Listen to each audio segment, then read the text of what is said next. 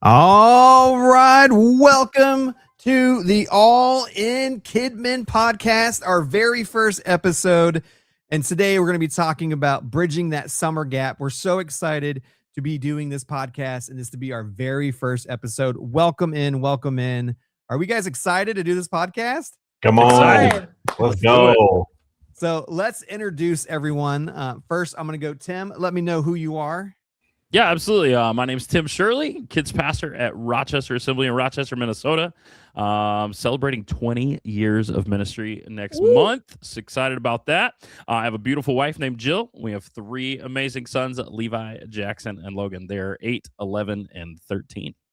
Awesome. Awesome. Love it. Tim, we love having you a part of this podcast. So as I introduce and everyone introduce himself, this is the core host of this podcast.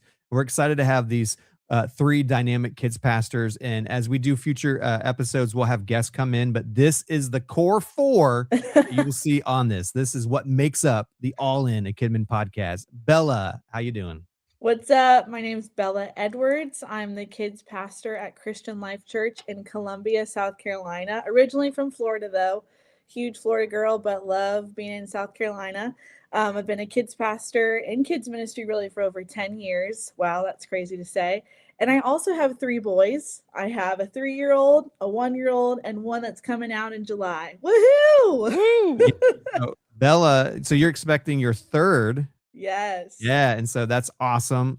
Congratulations on that. And so you'll see Bella on the first 2 podcasts, and then she's going to take some maternity leave, not just from podcasts, but from everything. And so she'll be back on future episodes. So if you guys tune in later on and you're like, where did Bella go? Like, she's still here with us, guys. Yes. Still here with us. All right, Nate, how you doing? Good. What's happening, guys? My name is Nate or Nathan. Whatever you want to call me. I put Nate down there. I don't know. Trying to switch it up a little bit on the people that I know. But I've been doing kids ministry for about 17 years now, or since I was really born into it. My parents were kids pastors at the time, but got an amazing family. My wife and I have been married for 12 years. Wow. I had to think about that for a second. Wow. She's looking at me right now, but hey, we got 3 amazing kids together, and absolutely love them and love doing life and ministry. And I'm excited about this incredible podcast. Yeah, I'm excited to have you a part of this. Nate and I, Nathan, what do you want to call him, have known each other for a little while in Florida, now here in North Carolina. And so my name is Michael Lenahan. I've been married for 20 years to my amazing wife, Alyssa. We have 3 amazing, beautiful girls. I know I don't look that old, but I have an 18-year-old that just got accepted into North Carolina. Not just any UNC. I was almost called NC State. It is not NC State. No. She's not. She's not the Wolfpack. She's a Tar Heel. But not just UNC, but UNC Chapel Hill. Come on. And so we were so proud of her. But I also have a 16-year-old we're proud of, and our 10-year-old who I've had to ask to not sneak onto the podcast tonight because she likes to do that. And I have been in ministry for over 13, 14, 15 years. I stopped counting. Right now, I currently serve as the district kids director here in North Carolina. Yeah, so we're glad to have you guys all here and start this very first podcast. And so I always kind of like want to say, too, as we get in there, and I'm watching some people. Oh, we got Pastor Bill Heaston. He was a pastor at Winston-Salem First when I first moved to North Carolina. What's up, Bill? And we've got Jillian Alfaro. They were our DYDs, and they're now at the national office, and they're watching. Welcome. And so every podcast, we're going to talk about a specific topic, right? And as the podcast go on, we'll see some changes here and there. Audio might get better, things like that. And again, we'll have guests. But this week's topic we want to talk about, as we're entering into the summer, we wanted to talk about bridging that summer gap, right?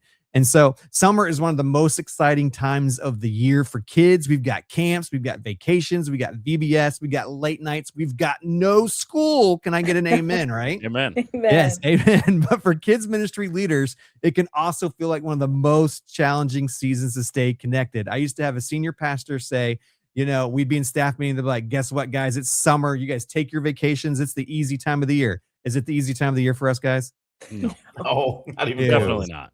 It is not the easy time of the year for kidmin leaders. And I'm not going to bash on senior pastors, but immediately like that senior pastor is out of touch when it comes to kids ministry. Mm-hmm. This podcast could be beneficial to our senior pastors too, right? And so here's the big question we want to dive in today. How do we bridge that summer gap, right? How do we stay intentional, relational, and impactful when everything around us feels inconsistent, right? Not just with us, but our students and our parents, right? Too, because let's be honest, ministry doesn't pause just because school does. In fact, summer might be one of our greatest opportunities to build deeper connections with both kids and their families in a way we simply can't during the busy school year. Yeah. And so that is what we're talking about today. And you guys will notice as you're listening, the audio version or the video version, each one of us has a certain thing that we have done in our ministries that we feel like we've done well, and we're going to share those things one at a time, and then we're going to discuss it as a panel. And so, the first person I want to throw it to as we talk about bridging the summer gap is Tim. So, Tim, what do you want to talk about? Yeah, I think one of the things you said really stuck out there is this is a great opportunity not just to connect with our kids, but to connect with parents as well. And so one of the things that we've done that is just a whole family event is we schedule family outings. My lead pastor looked at me last summer and said, any day that you're not in the office but you're with families, do it. Like if you're only in the office one day a week, as long as your job's getting done, be with families, get out there good. and create moments for families. And so one of the things we do is we schedule family outings. Now we have a ton of state parks in our area, but you don't have to have state parks. But we schedule. Typically, it's a Thursday for us. It's a lighter day in the office. It's obviously like our last day since we're off on Friday to get prepped for the weekend.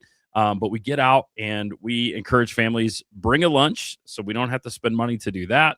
We try to find free things to do that will accommodate large groups of people. We run a registration for that just simply for the fact so that we know who we're looking for when we get on site. So we don't just begin a hike and we're leaving people in the parking lot. And it just gives us a good idea, of who to expect. And so last year we have this, it's kind of like a wildlife refuge, but they call it a zoo. And so we scheduled time there. There's a huge playground. Is it a zoo or is it a wildlife refuge?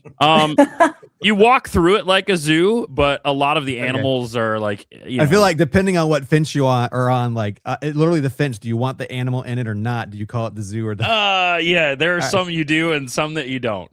But they have a huge outdoor play area. It's just an incredible opportunity to get together. Our team just kind of floats and talks to different families, but we're getting families together that typically hang out, they're friends, and they're meeting new people from the church that maybe they attend a different service. And so there's just so many positives to getting people together outside the four walls of the church during the summer to keep them connected. And so family outings is one of the ways that we've accomplished that. Yeah, dude, I think that's pretty awesome.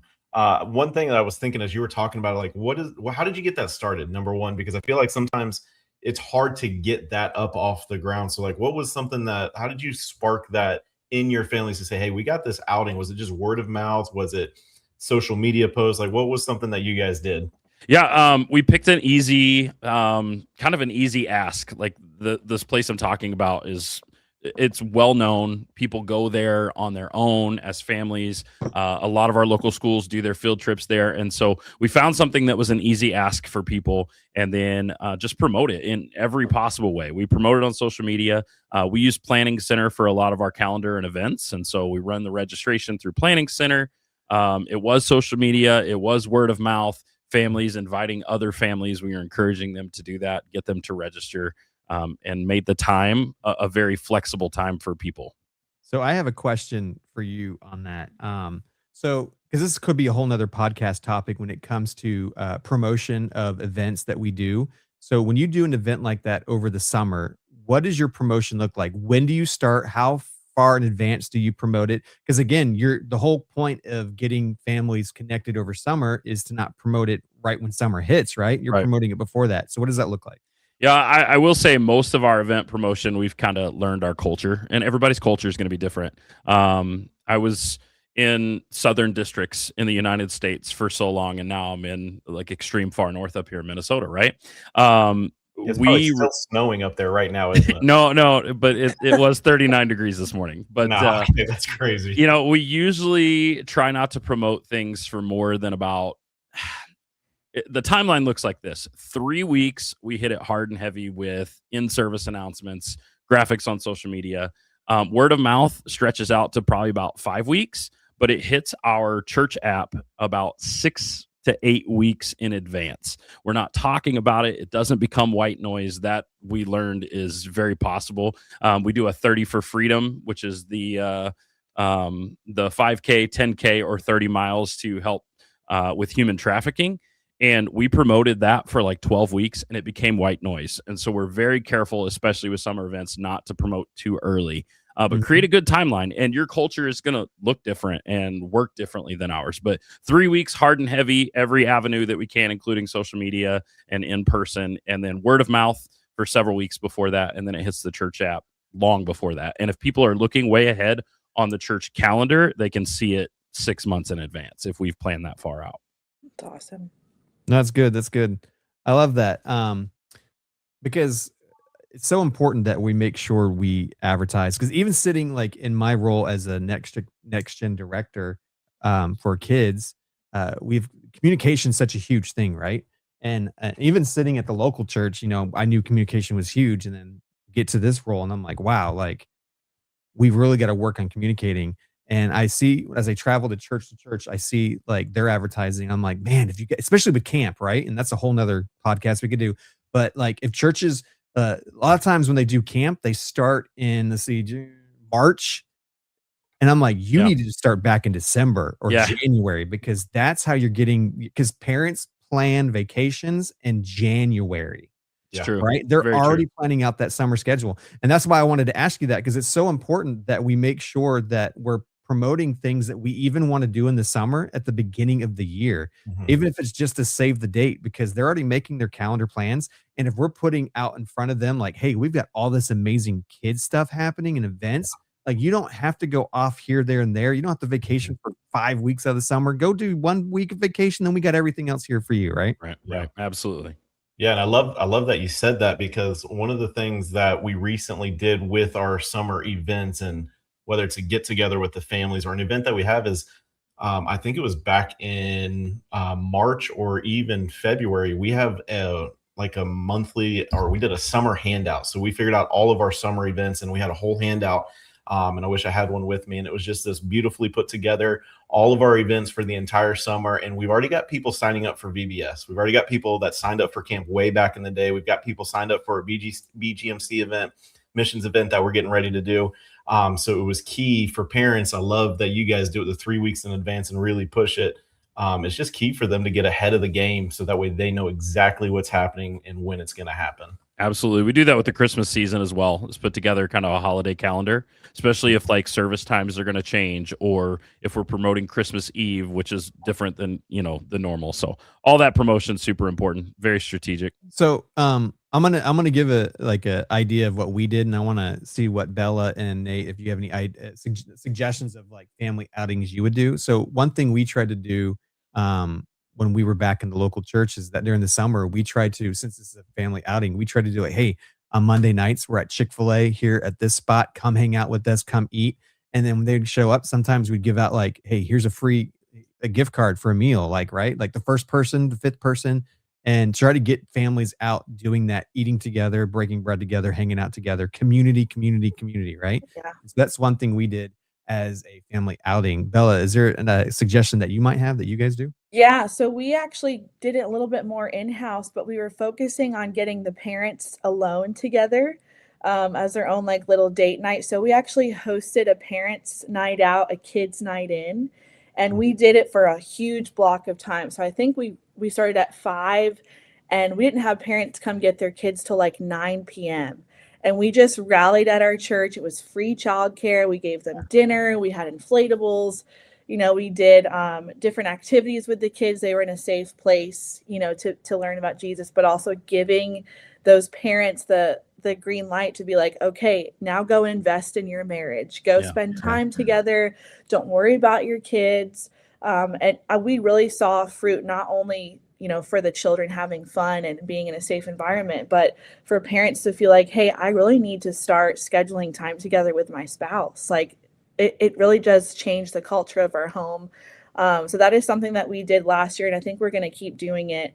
But we also like kind of piggybacked on top of that with doing like a parent equip night. And we brought in, I don't know if you guys are familiar with Protect Young Eyes. He's like super awesome, and he talks all about like, digital safety.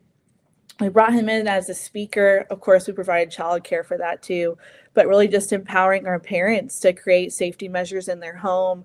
And that kind of turned into like what you're saying, where like conversations after with other parents coming together and community was happening. And, oh, you kind of share the same thoughts as I do. And how can we establish this safety in our homes together? And it just felt so united.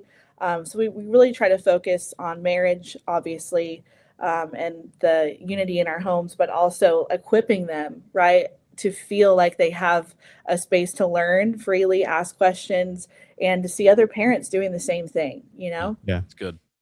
that's good. And so like your parent night out is a perfect example of we used to do that too when we were at Winston-Salem First. We did parent night out, and what we did, we took a step further and we partnered with the men's and women's ministry. The two couple that were leading that were actually also doing marriage seminars and marriage things throughout our church. And so they would help promote it. Like you said, it's not just us having an opportunity to watch your kids. Like, we want you to go out and have a date night. You know how hard it is sometimes for parents to get out and to find people to watch their kids. And so we would provide that. And so they could go out and they could work on their marriage. They could build on their marriage. They could do all that stuff. And so it was kind of like that partnership between two different ministries was great too. Nate, what do you got? Yeah, some of the things that, one of the big things that we did was we would do like a water night, and we would invite the parents, whether they participated in it or not. We would invite the parents to be there. And so kids are running around with water balloons. We had little water guns for them. They had slip and slides.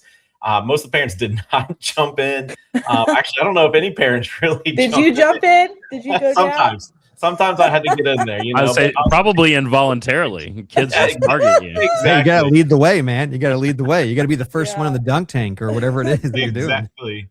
Well, listen, when it comes to the kids, you don't have to lead the way, man. They're leading the way for you. They see water, and it is like the easiest way to connect kids with other kids. And often what we did too was we would do it on a Wednesday. We already knew that families were going to show up. We already knew that families were going to be on the campus. And so, because I think getting off the campus is great, and it's a great way to communicate and be with other families. But sometimes it's hard, and sometimes you can't get all of the families. And so we just found out that doing it on a Wednesday night was a blast. And it was just, we didn't do normal teachings. Honestly, I think during the water nights, we didn't teach at all. It was just a fun night. It was a fun gathering, and let kids be wild and let parents meet other friends and get to know each other. And it was awesome. Man, you said something right there that triggered one more thought that I had. And that is strategically plan your events, knowing that you're not going to be able to hit every demographic with every event. Yeah. There are some families that won't come to a place that even they're familiar with because of the unknown of who else is going to be there. They don't see who's registered. They don't know who's coming unless they've talked to a friend group. But they're not going to show up if they don't feel like they're already connected. And so you have to strategically plan events for different demographics of families within your church as well. That was another. Yeah. And we're going to get to the next topic here in a second, but to add real quick what Nathan said too is, and this could be another podcast too. Like, I'm thinking of all the different podcast titles that we could do is, Sunday structure. Like, Sunday was always sacred to me, that no matter what I did, even if it was a fun Sunday, like we would do things we would celebrate everyone's birthday on a Sunday. Again, another podcast. But even in that fun Sunday that we had cake and ice cream and balloons, we always had prayer, worship, and some type of message, right? I always made sure those three things always happen. But Wednesday night is a perfect opportunity for that community aspect that we still need to provide in our ministry, right? Because community is huge, right? God meant for us to be together in community. And so Wednesday nights, or whatever night you might have like a midweek, is a perfect opportunity to have those themed out type of things that's not necessarily is going to have like what we call the normal ministry happening, but ministry still happening, right? Yep.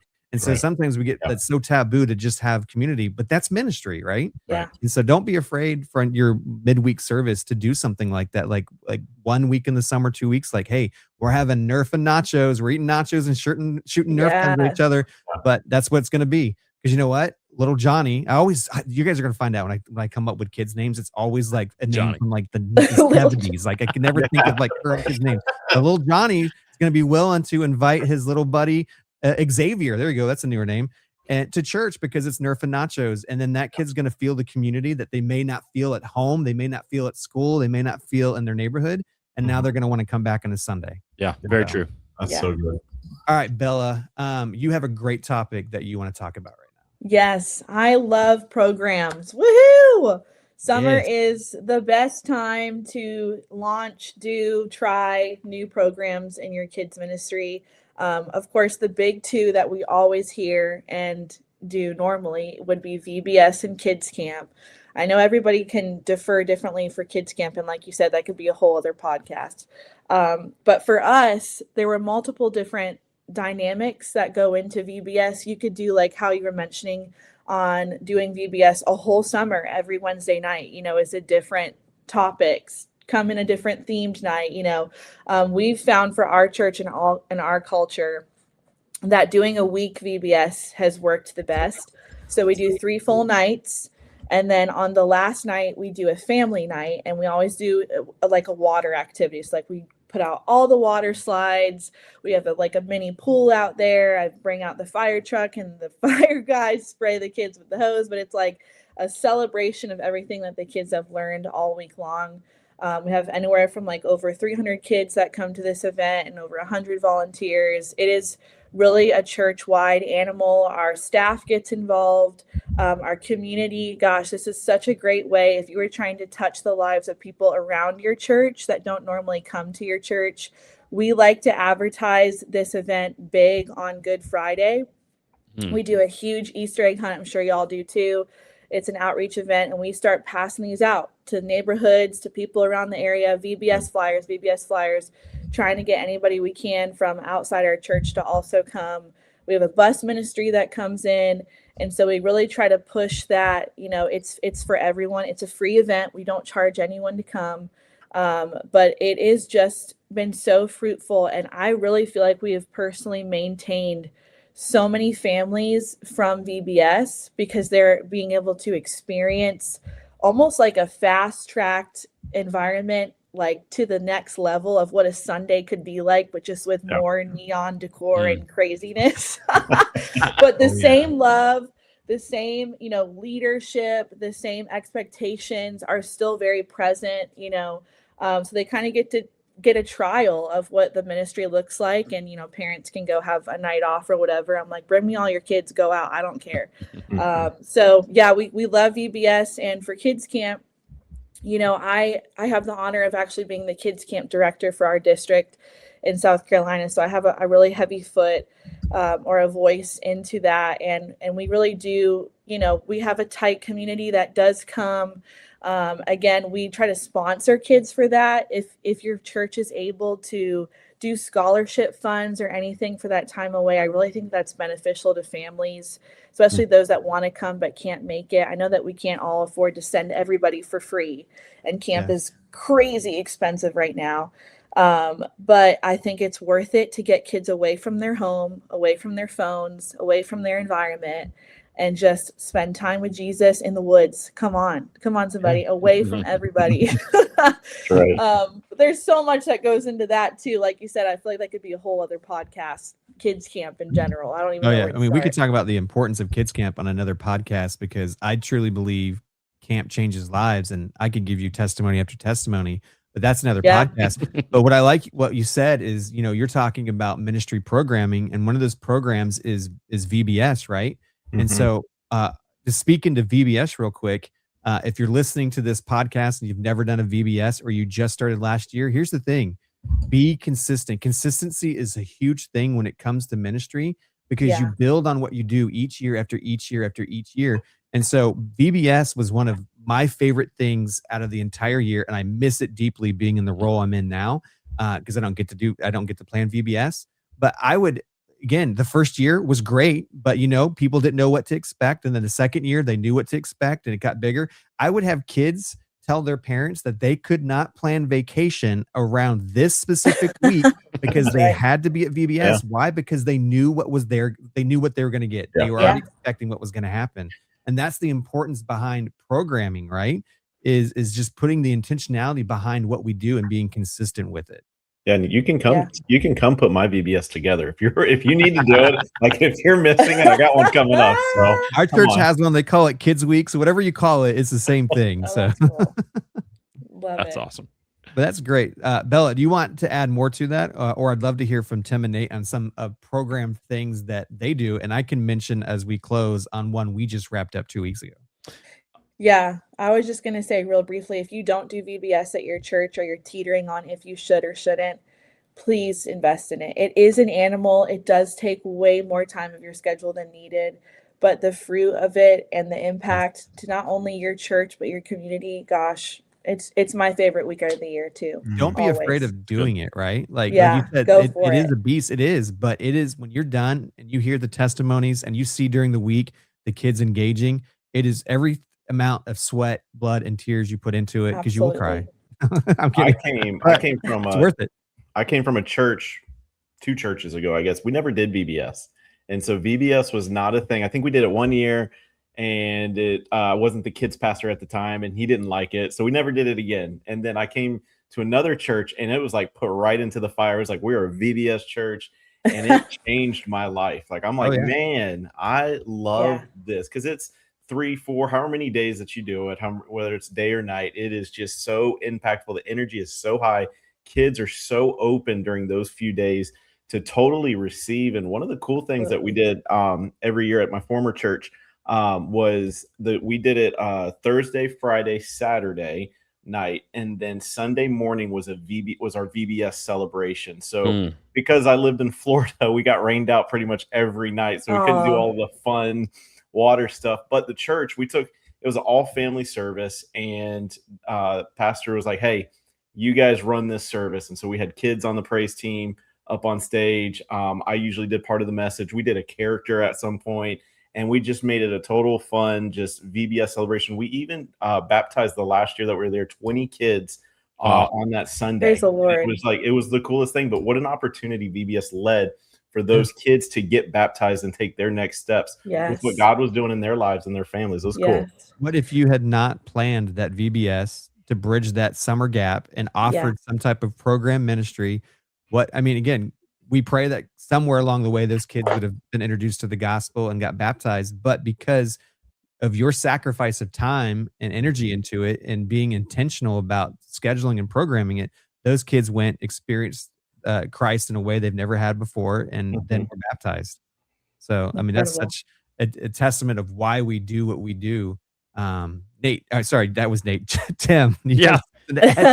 Man, I as I was hearing that, I was just thinking back, there are, for us, our area is so saturated with churches who do VBS. We almost have to bring a different element to it, whether it's we just call it a different name so that people look at it and go, oh, it's not the same thing that I've heard 100 times, right? Yeah, different name. But I think back to my time in the Arkansas district, and which is my home district. When I was in Pine Bluff, Arkansas, Southeast Arkansas, down in the Delta, we kind of reimagined VBS. And so we did a thing called Pine Bluff Outreach. You could call it City Outreach. You could call it the name of your city, whatever you want to call it. We actually went out during the day and did we did sidewalk Sunday school, for lack of a better term. We went to different communities, sent different teams, did the same message everywhere that we went, same worship, same games.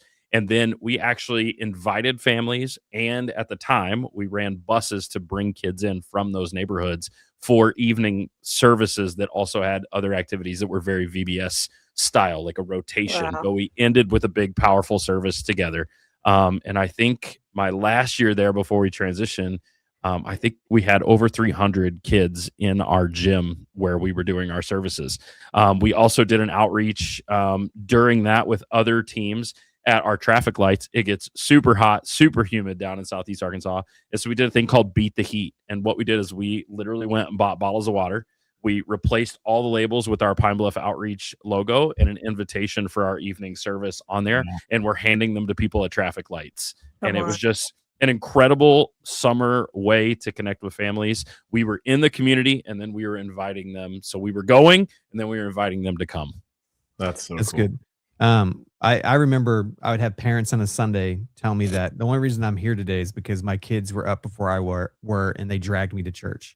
And so we had kids dragging parents to church because they knew what they were going to experience on Sunday. And that is why we do what we do over the summer to bridge that summer gap, to Yeah. create these programs, these ministries, because we want kids to be like, no, mom and dad, I need to be here because I Yeah. know this is where I'm going to get poured into. This is where I'm going to get invested into. This is where I'm going to get discipled.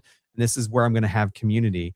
And so parents will completely change their entire summer schedule, just Mhm. like them being on a church on a Sunday where they didn't want to go, they were tired, whatever, long week. They will change their entire summer schedule if their kids get excited about being a part of the things that we're preparing for Yeah. ministry as a church. It could be Yeah. VBS Kids Week, it could be whatever it is. Mhm. And the one thing I wanted to add that you could do as a church over the summer if you didn't want to do a VBS, we just got done doing our second ever KidCon. It was a 1-day event. It started at 10 in the morning and went till about 4 in the afternoon. And we had 2 services. And in the middle, we had the fun zone, which is inflatables and crafts and laser tag. And then we had breakouts, kind of like seminar style things that were designed for the kids, designed for the parents, designed for the leaders. Mm. And you as a church, if you don't want to do or you can't do a full week of VBS, think about doing a 1-day kid convention, conference, whatever you want to call it. We just got done calling ours Supercharged. And you can do something like that. And I really do believe you will see fruit from that. Mhm. So let's move on to our next topic that we're going to talk about. And I believe it's Nathan. Yeah. So one of my ways over the years that I've bridged the gap in the summer is switching up my Wednesday nights, completely doing a switch up. So all throughout the school year and just kind of like the fall and the springtime, we were in the wintertime, we were pretty focused on small groups at a church that I was a part of. And it was the Royal Rangers, it was the girls ministry, it was those things like that.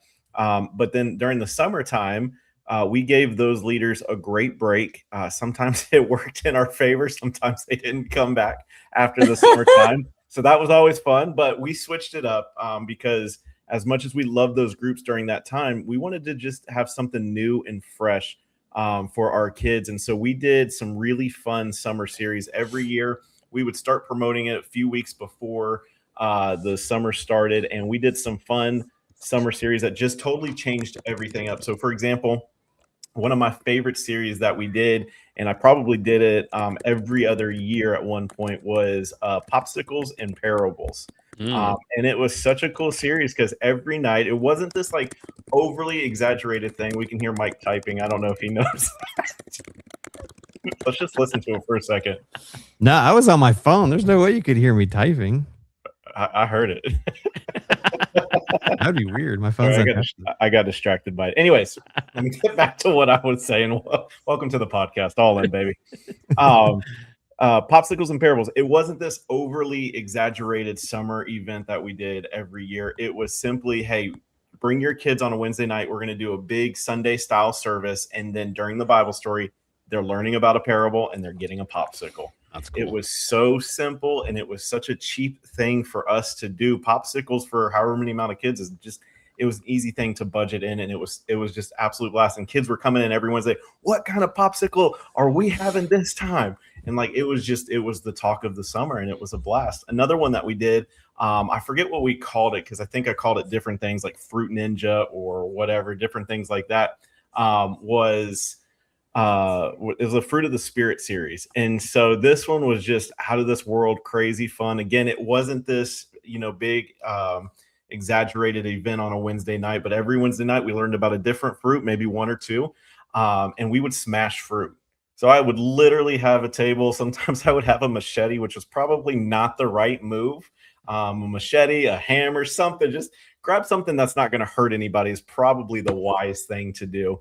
But we would smash fruit, and the kids would scoot up close. They would get the fruit juice all over them, and then we'd have a powerful time. But we noticed that because we switched it up, we were getting different kids than we would during a normal year, during the winter time and during our school year time. We were getting different kids, and those kids were still coming, but it was such a great outreach for us because then those kids are going back and saying, hey, we're doing something crazy and wacky right here on a Wednesday night. We've done an Armor of God series. I did it one time where we had kids build their own armor out of cardboard. So every week we would learn about a new piece of armor, and they would build that on a cardboard. And then by the end of it, they would come with all of their armor, and it was the goofiest, funniest thing in the world. But the kids were so invested in what they were doing, and it was such a blast. So switching up your Wednesdays. So maybe I would say if you do small groups throughout the school year, switch it up and do large group and do something super fun and exciting. If you do large groups throughout the year, switch it up and then go to your small groups. Not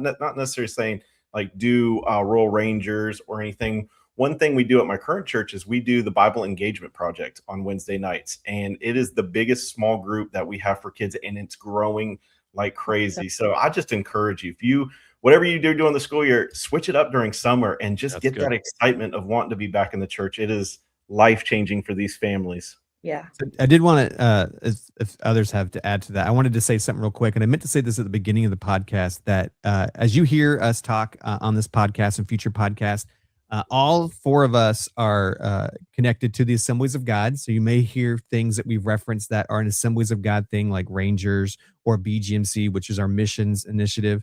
But this podcast is for all denominations, right? Everything we talk about applies to no matter what denomination that you come from, right? And so just because of our background and history, we may speak about something that is in the Assemblies of God, but you know what? Missions is missions, right? Yeah. Programmed ministry is program ministry. It still applies across all denominations. And so what I would say too is that we talked about VBS a second ago with Bella and even Tim, like Wednesday nights, you say switch it up. What if you do like every Wednesday during the summer is a different night of your VBS, right? Audio couldn't see me do quotes. But what if like all summer you had you took a break from Rangers, or you took a break from Impact, or you took a break from Awana or whatever you do, and you just said, hey, we're gonna do this cool camp style VBS style theme over the entire summer, and each Wednesday night is going to be a different fun activity and message. That'd be That's pretty great. I mean, this is like so perfect. So we do life groups all year. July is the only month that we don't meet on Wednesday nights for kids life groups, and we're using Bible Engagement Project. It's fantastic. It's solid curriculum. It's super great for our serve team members to just pick it up and own it and run their small group. So we typically do a large group teaching at the beginning of that and then break into small groups. So what we do during the summer is we only do that shortened large group teaching, and then we do an outdoor activity as much as we possibly can. If it rains, we have backup plans. We've done things like board game night. We've done movie night where we watch one of the latest movies that just released. Like we just watched David on Angel Studios not too long ago with our group. We do our water war on Wednesday nights to kind of change up our life group. And so we have our normal life groups. We are typically locked into Bible Engagement Project for the 60 to 75 minutes that we're together. But during the summer, we shorten the teaching time of that and get outdoors. Or some nights we just get outdoors. You have to take advantage of it when it's nice in Minnesota. So we're outside a lot. Yeah, I feel like I've definitely touched both of what you guys have shared tonight, and the switch up is so good. Like we just last year we're doing a different theme every Wednesday night. We came and we were dressed up in that theme. We did a Fruits of the Spirit theme. We did small group, large group, and then we got a new crop of kids, which I think is important of touching pulse on like what kids are coming in, what kids are going out, because the environment changes. And so we actually had to restructure the whole program based off of we were having kids who could not sit for large group, who needed to get up and do activities. And then we switched as a whole church to just doing life groups for the fall and the spring semester. So we're right now in the phase where we don't have programs on Wednesday nights in the summer. It is just for our fall and our spring. And we structured it to where our large group time is, like you said, it's worship, it's word, it's prayer and altar time. But then instead of going to small group models, we're actually doing more of an application typed VBS style of games and activities going outside, like you said, Tim. And it's just really worked good for our kids in the stage that they're at right now. but reevaluating, the kids, where they're at, what's working, what's not working is really important, especially when you're structuring a Wednesday night program, because it is so different from a Sunday morning. Kids are different at night. They're wild. Different. Yeah, they are.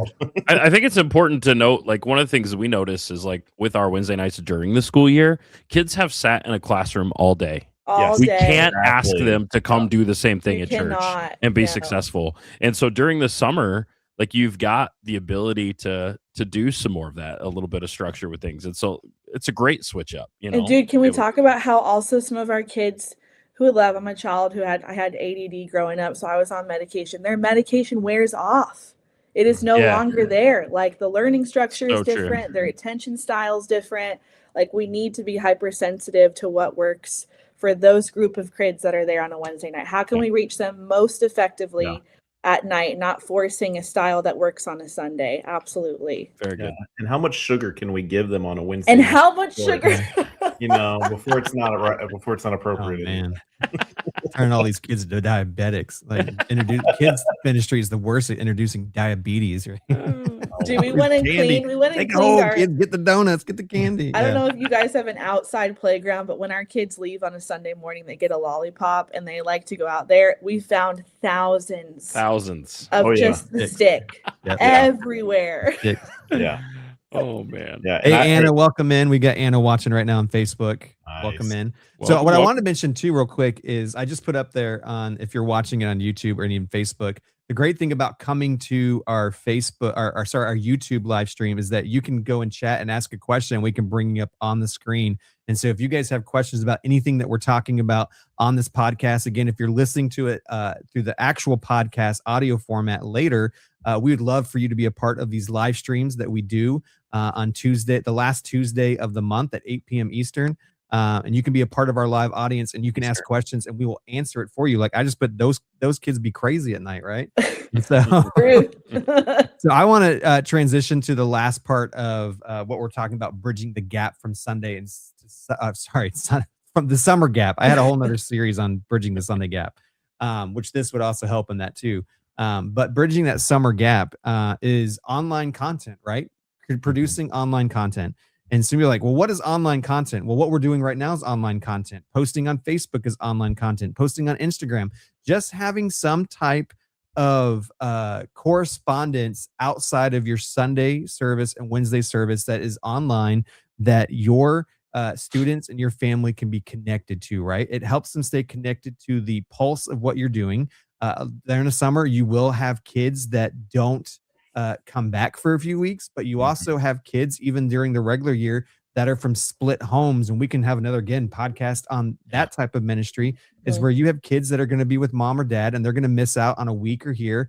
And the sad thing is, which we experienced this, which caused us to start being more online, is we would have kids come in on a Sunday that had been out for a few weeks and they felt disconnected because we were in a series that was on week 4. And what we do is just normal that we would reference what happened the week before, what we talked about the week before. And the kids are like, I have no clue what you talked about last week.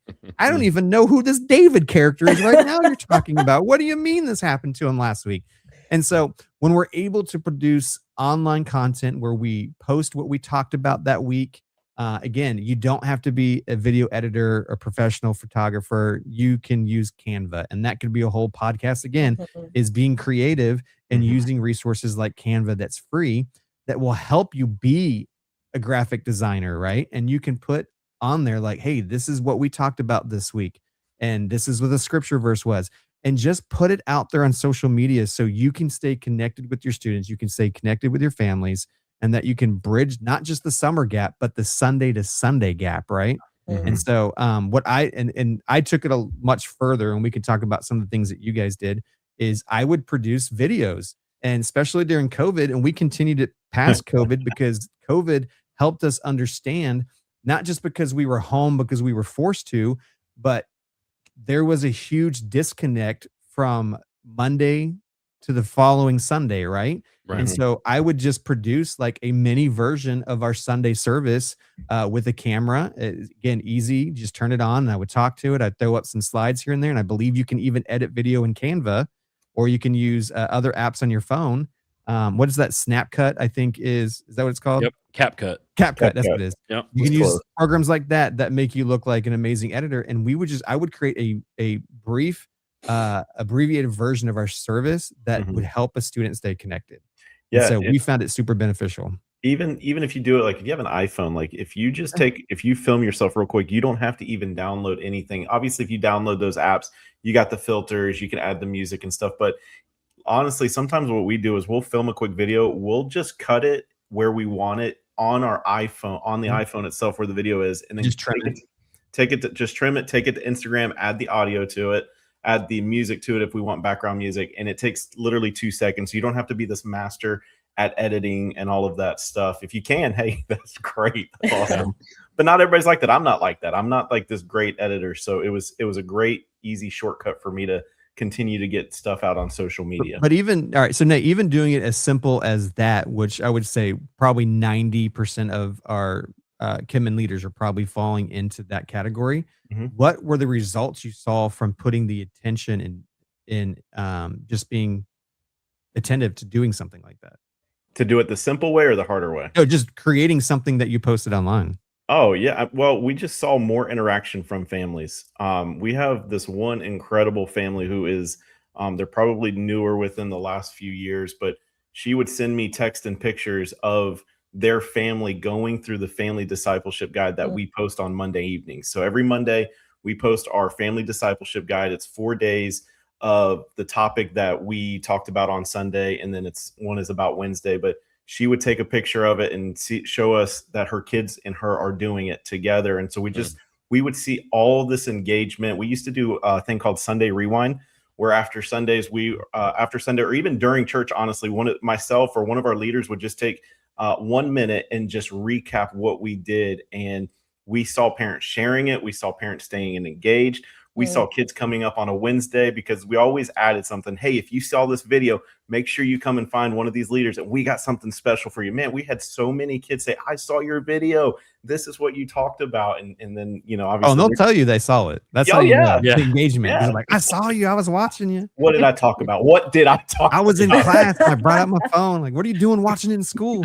Okay, you should watch it in school. It's okay. No. Exactly. But your level of engagement with your families it skyrockets when you hit that social media thing, and you don't have to be an expert, which is the greatest part about it.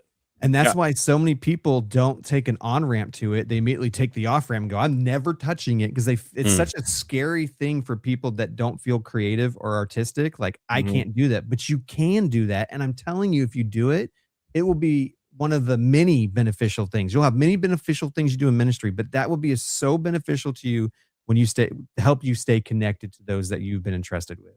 Yeah. And I think sometimes, I think some of our greatest social media posts have been just raw video.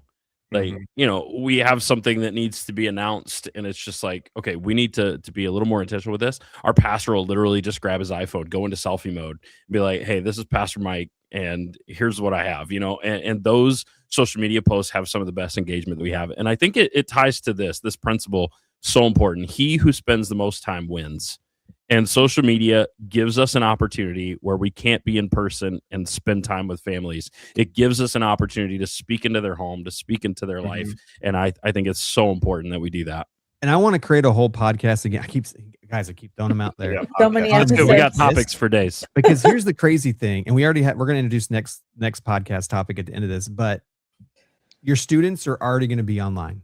As much as we don't want them to be, they're going to be online. And Tim and Nathan and I, we used to live stream. Well, Tim's still live stream, and he can throw out his live stream at the end of this. But we used to live stream playing Fortnite and other things. And one reason I definitely started is like, they're already going to be watching this. Yeah. So why not produce and make something that we know that's going to be safe for them to watch and listen to and engage in? And that's the same thing with your online content for your kids ministry. Is they're already going to be on Instagram. You see the kids come into kids church at 6 years old and they've got a phone. Like, what in the world? Like I just that world like is crazy to me that a 6-year-old, now my 10-year-old has one, but it has no data. It's just basically just, anyways, they have it, so they're going to be on it. And parents, again, another podcast. Let's safeguard our kids and watch what they're looking at online. But they're going to be on it, so why not give them the stuff we want them to see? Absolutely. and take them away from the things we don't want them to see. Yeah. Well, how have you guys used like creative online content in your ministry? Yeah, we do a lot of social media driven things. We love Canva. That's been our go-to as well. Super simple tactic to use. But I would agree with Tim, like a lot of our most touch things is the raw, just like, hey, we're so excited for you to come this Sunday to hear about our new series, or we can't wait for you to come to this event. Not the polished, like the polished, beautiful stuff is still important because we need to, look like we have it together as a church and we offer good quality stuff. But there's just something about the relational aspect of like, it's just my pastor talking to me and inviting me to be a part of what we're doing at our church. I wouldn't say that we have ventured too much as a church as a whole of like doing like online, like messaging or like curriculum status stuff. We did a lot of that during COVID, but we transferred a lot of our focus to just more in-house stuff. We haven't like felt like a super pull on needing to kind of uptick that yet, but our social media has been our most like influential way to engage with families, whether that's from our like church-wide page or our kids life page, which is our children's ministry, which is like tied together so everybody can see everything. But that's just, we're not as like into it as you guys are, which is awesome. I love it. I love that you guys do that. But the great thing is there's levels of every ministry, right? There's some that are doing it at this level and there's some that are doing it at this level, and either level is not bad, right? It's just what you're able to do as a church. But as long as you're doing something, I think is important, right?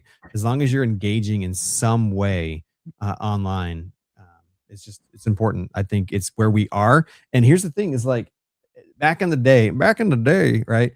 We had to like sketch a piece of cardboard and put a piece of glass in it. It's my camera. No, I'm just kidding. But we didn't have the technology that is available to us now. Like your phone right here is probably the best camera you can go buy, and you already have it in your hands. And so why not just unlock it, turn on the camera app, and just start talking and throw something out there. And here's the thing, like with Canva, like I know how to use Photoshop. I know how to use Premiere. I know how to use all the stuff, but I was using Canva today because it's a great resource. Like I needed to make a booklet for our missions banquet that's happening on Monday. So I jumped in Canva, grabbed a booklet template and started editing away because it's already there. All of my handbooks are done by Canva. It's just too good. And my volunteers love it. Again, the whole podcast and just being creative. I would love to see churches break away from like the old 80s, early 90s look and start getting current. And Canva has all that stuff for you. So great. These were some amazing topics that we got to talk about today. What we're going to do on every podcast, I think would be a funny way to wrap up every podcast. We're 54 minutes into it. As we started this first episode, we're like, how long do you think we're going to go? Well, I think this is perfect so far because I didn't want it too short. Well, we didn't want it too short and we didn't want it too long. We feel around an hour and 15 minutes is perfect because we want you guys to get not just the nibble, but the whole meal, right? When we're talking. And so a fun thing that we want to do as we end out every podcast is have a funny segment of Tales from Kidmin, right? Tales from our Kidmin ministry, funny stories that we've experienced in our services on Sunday or Wednesdays or an event. And what we're going to love to have you do as we build an audience is that you can come in and share your own story. And so we're going to give an email here in a second. Actually, I'll give it right now. allinkidminpodcast@gmail.com. Again, that's allinkidminpodcast@gmail.com. And you can email your own funny Kidmin story and we will read it live on the podcast. I think it would be a fun thing. So does anyone have a funny story about anything that's happening? Tim's you're all laughing. So many. Oh, man. Who wants to go first? So many. Well, like I said, celebrating 20 years of ministry next month. I'll just kick it back to my first Christmas as a kids pastor. Brand new to ministry. I had been 20 for like 2 weeks when I started in ministry. And so I was asked to put together a Christmas production. It didn't have to be traditional script musical. And so we put together this. I mean, it was good for what it was. Again, my very first one. Put together this awesome Christmas production. And I had this phenomenal idea, what I thought was a phenomenal idea. The audio can't see me do quotes either. But at the end of the last song, I envisioned the kids going throughout our entire sanctuary and handing out candy like peppermints to all like candy canes to all of the adults and all the people watching this production go down. I gave them very, very, very clear instructions of what my expectations were. And I think that they just threw that out the window, because when they left the platform while singing the final chorus of this song and we went into an instrumental, they began hurling candy canes to every single person throughout the sanctuary. Luckily, they were the minis and they weren't injuring anyone. But man, I mean, got a concussion. they were just tossing candy canes, and it was an absolute disaster. Staff meeting came round on Tuesday, and my lead pastor looked at me and said, "Don't ever do that again." And I never have. That's great. And I'm going to go last, but I have something that's pretty much like, don't you ever do that again. You're lucky you didn't get fired. So don't ever do it again. Nate or Bella got a funny, and you don't have to if you don't have one. We can save you to the next podcast. No, well, I mean, I got one. It's not about me though. It's not about me. But many years ago, when Kim and I think we had just gotten married, the kids pastor at the time that we were working with, he decided to play this game. He said, "All right, I want every single kid to take off their shoes." So every kid takes off their shoes. And Kim is, I think, helped running the game, and she's up in the middle of the game. And he said, "All right, we're going to throw our shoes onto the stage. And then when I say go, you're going to run as fast as you can. And you're going to try to get your shoe and then get it back on and see who can get it on first, the boys or the girls." Sounds like a great game.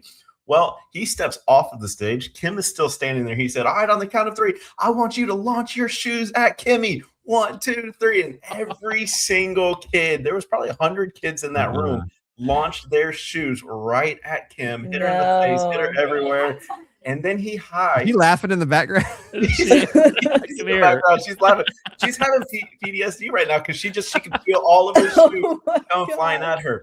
So she's like, "Hey, you can never play that game." So you know what we did years later? We played that game, and guess who was not in the room when it happened? Nathan, let me ask you a question. Did Kim ever have like flip flops thrown at her when she was growing up? Because she's from that background, right? Yeah, she was used to not that many being thrown at her. When you what do they call it, chichala or chicaka? What do they call it?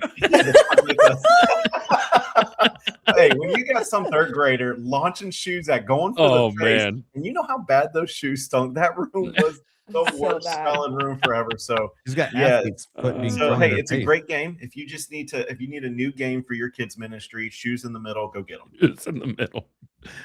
Oh man. Well, if you have one, that's cool. If you don't, you can think of one for the next. No, podcast. I'm gonna save mine for next week. All you right. guys got some good ones. So I was thinking of one, and then Tim made me think of probably, and again, eventually we'll have ones that involve like, well, that you guys involved kids, I guess. This is more of me having a big mess up. So it was Easter, and so we were like, what can we do that's like we're not gonna, it's gonna be inside, we're not gonna go outside. So what could we do that I've seen other churches do with like helicopter drops of marshmallows and all this stuff? Like, it's gonna be so cool. What if we do it inside? Instead of the balloons being dropped, like you get the same mechanism, but you fill it full of like marshmallows, right? And doing a marshmallow drop. And so the first thing I said, I was like, well, I got to test this. So I put a marshmallow on the ground because we just got brand new carpet installed. We just moved into the new kid space. And I was like, all right, my 200-pound self, if I step on this, it doesn't smear into the carpet. We're good. And so I did it, and I was stepping on it. Wasn't smearing. I'm like, we're safe, right? Nothing's going to go wrong. I did not expect, because we had like 300 something kids that Sunday for Easter, and I underestimated what 300 little kids could do when a marshmallow drop happens. So, and even in the marshmallow drops, there was prizes. So they had to find certain ones among that, and it dropped. Dude, they smeared the marshmallows into the carpet so bad that it didn't just stay in the kids' room. It got tracked out into the hallway, into the pre-service room, into the hallway that goes around to check-in, into the main sanctuary.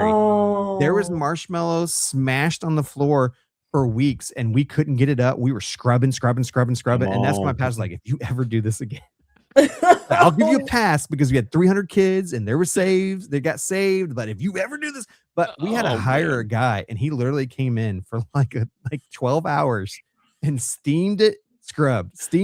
Wow. Oh my! We got it all up. It cost us like, I think, $2,000. But it was a $2,000 lesson that I learned to never do a marshmallow drop inside ever again. That's $2,000 worth of souls right there, baby. I just realized I had Nathan's screen up the whole time I was sharing that story. You were front and center, bro. Well, This has been a great podcast, guys. This is our first one under our belts. I believe it went really well. What do you guys think? It was awesome. Awesome time. Yeah, Hey, My face let's do it hurts from again. laughing. Let's do it again next month.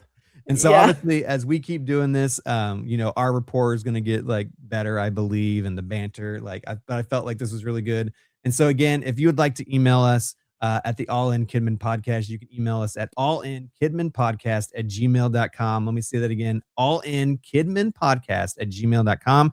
And we would love to hear maybe a topic that you would like us to talk about, like we just did today on bridging that summer gap. Maybe you have something like that's been burning in you. You're like, I need to know an answer to this. Well, you can email us and we will put it on a future podcast. But also email us your funny Kidmin stories, tales from Kidmin. I would love for this segment to take off. I think it would be awesome.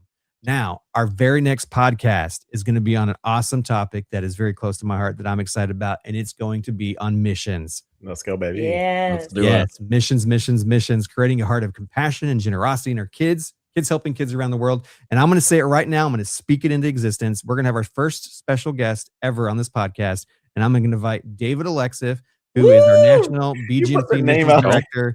He'll be our first one. He's got to do it. I He's play gotta do Ark it. with him, and I have to carry him in Ark. He's going to be like, "You're lying. I carry you in Ark." But no, I'm going to see if he'll come on the podcast. We're aiming for May 26th at 8 p.m. Eastern. Again, dates are tentative to change, but we'd love for you guys to join us live on YouTube as we do this, so you can be in chat and we can engage with you guys. We can throw your questions up like this guy, which is actually me, but those kids be crazy at night, and we can talk about stuff. We would love that feedback. But guys, again, what a great first Come podcast. on. Awesome. So good. It's awesome. And I feel like even though I wouldn't play audio because it's going to be a podcast edited, we still got to do, we got to give some applause, right? All right. Out of here. Thank you guys again for tuning in to the All In a Kidmin podcast. We will see you next month.